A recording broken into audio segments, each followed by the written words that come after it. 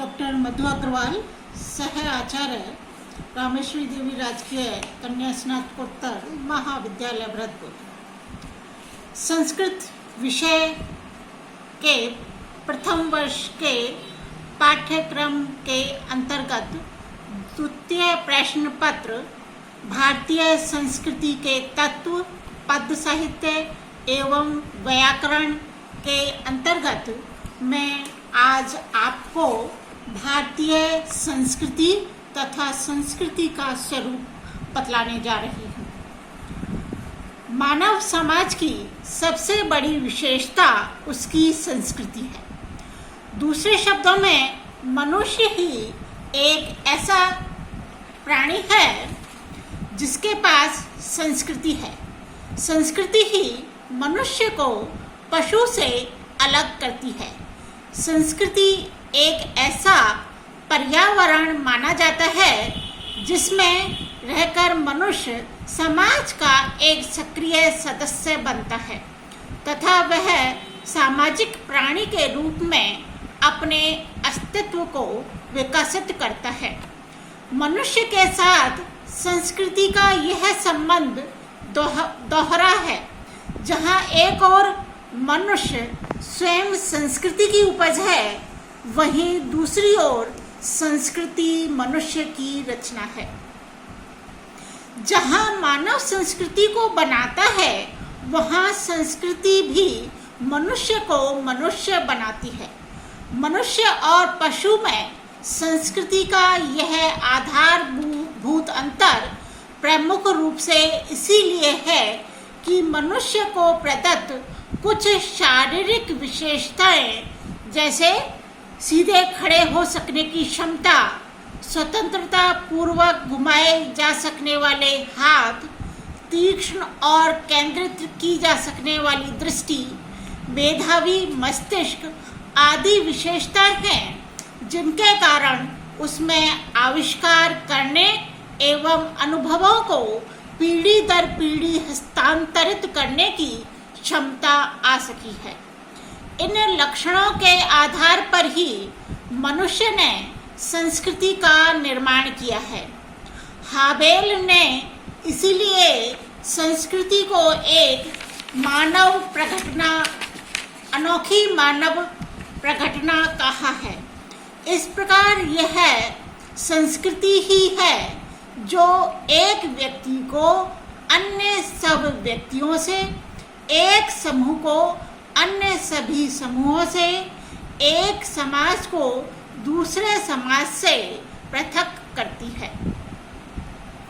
मनुष्य की सुप्त मानवीय भावनाओं को जागृत करने एवं मानवता का व्यवहार करने की प्रेरणा संस्कृति ही देती है।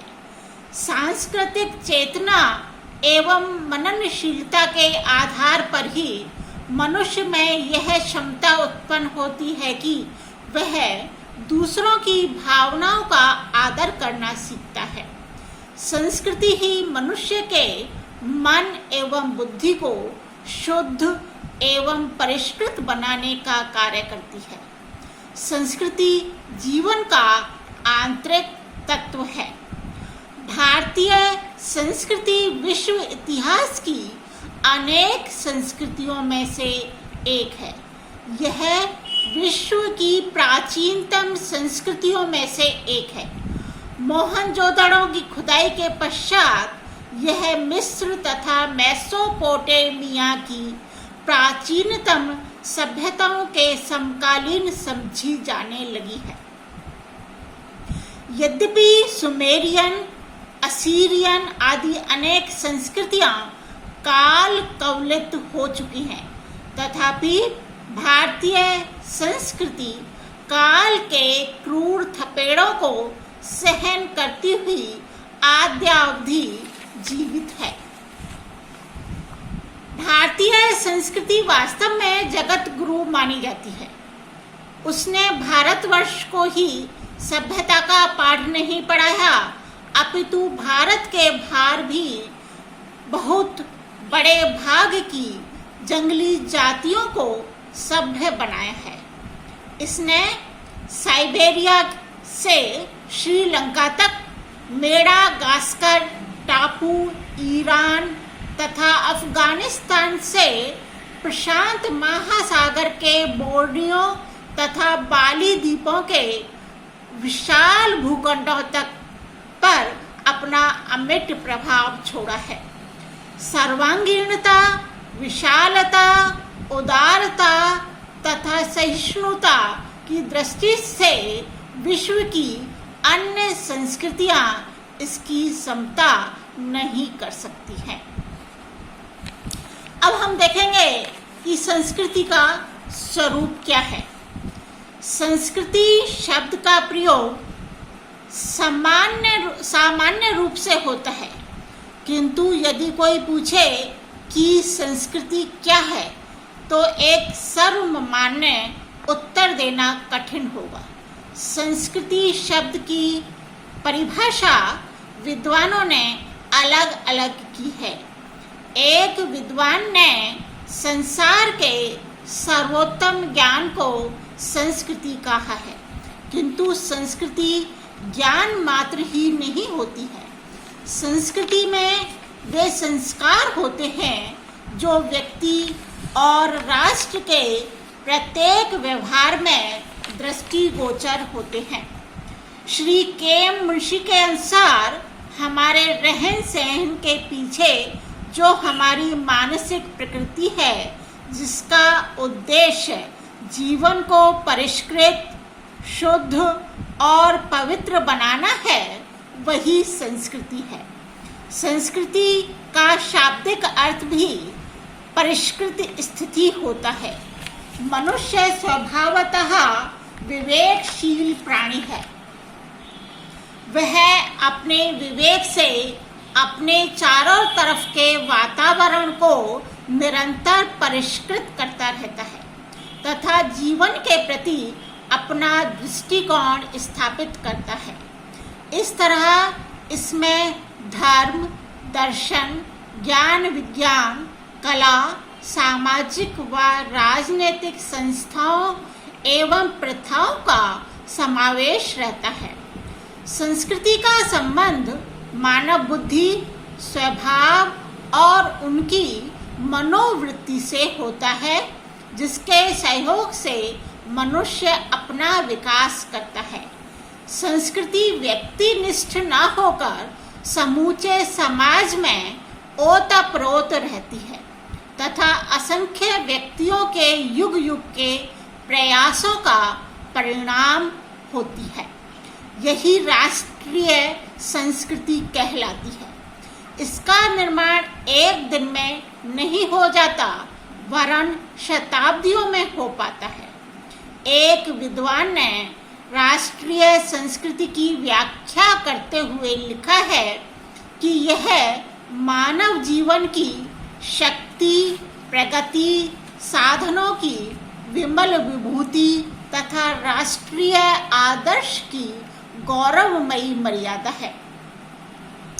व्यक्तिगत रूप से संस्कृति व्यक्ति के व्यक्तित्व को उन्नत करती है तथा तब यह राष्ट्रीय जीवन में प्रविष्ट हो जाती है तो यह राष्ट्रीय मानस को परिष्कृत करती है, जिससे साहित्य, कला, धर्म तथा दर्शन का विकास होता है।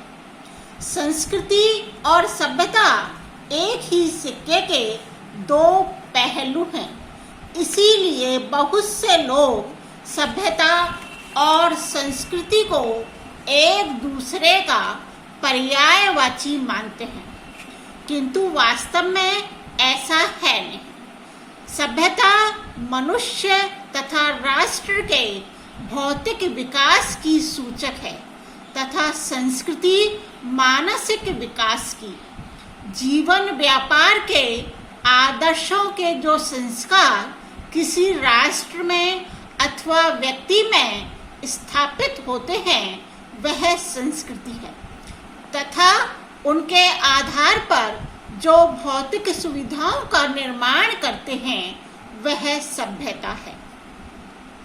हमारे रहन सहन का ढंग, हमारी कार्यप्रणाली, हमारी राजनीतिक और सामाजिक व्यवस्था का स्वरूप, हमारे वैज्ञानिक और भौतिक साधन हमारी सभ्यता के स्तर के मापदंड हैं, किंतु उनमें निहित सिद्धांत तथा मूल्य, आदर्श तथा दर्शन हमारे सांस्कृतिक विकास के सूचक माने जाएंगे। इस तरह संस्कृति सूक्ष्म है तथा सभ्यता स्थूल है।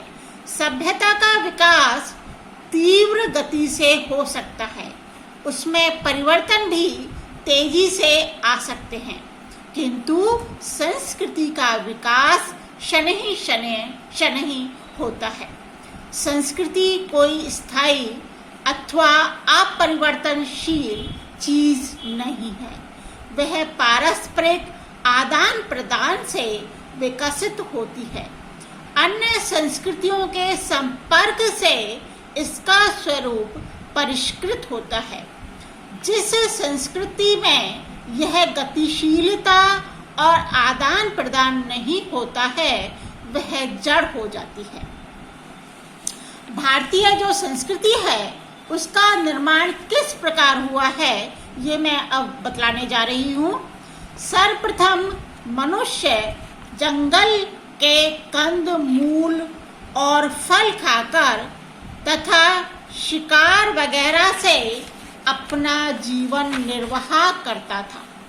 बाद में उसने पशुपालन एवं कृषि के आविष्कार द्वारा अपनी आजीविका के साधनों में उन्नति की। सबसे पहले वह अपने समस्त कार्य अपनी शारीरिक शक्ति से करता था। बाद में उसने जानवरों को पालतू बनाया तथा उन जानवरों का हल, गाड़ी आदि में उपयोग करना सीखा। अंत में उसने हवा, पानी, आग, भाप, बिजली आदि का आविष्कार करके स्वयं को समुन्नत किया। इस भौतिक उन्नति के साथ ही मनुष्य ने अपना धर्म तथा दर्शन को भी समुन्नत किया।